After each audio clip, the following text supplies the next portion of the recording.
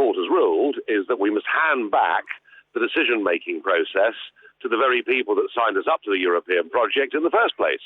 And whilst constitutionally this may be correct, because the referendum was legally advisory, I would think in terms of political morality, Parliament should want the will of the people to be carried out. But my feeling, I have to say, is I'm becoming increasingly worried.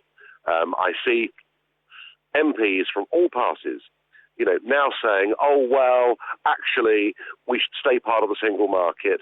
We should carry on with our daily financial contributions. And I think we could. We could be at the beginning with this ruling of a process where there is a deliberate, willful attempt by our political class to betray 17.4 million voters. So you think this High Court ruling is the beginning of Brexit potentially not happening?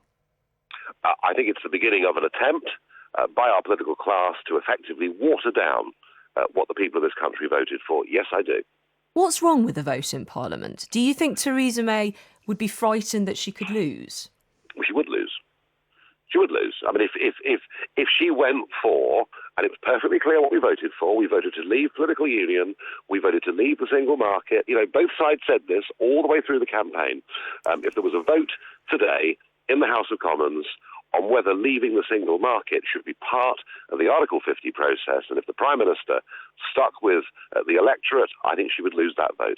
So effectively, if we do get to a voting position, which this could force, we won't be Brexiting.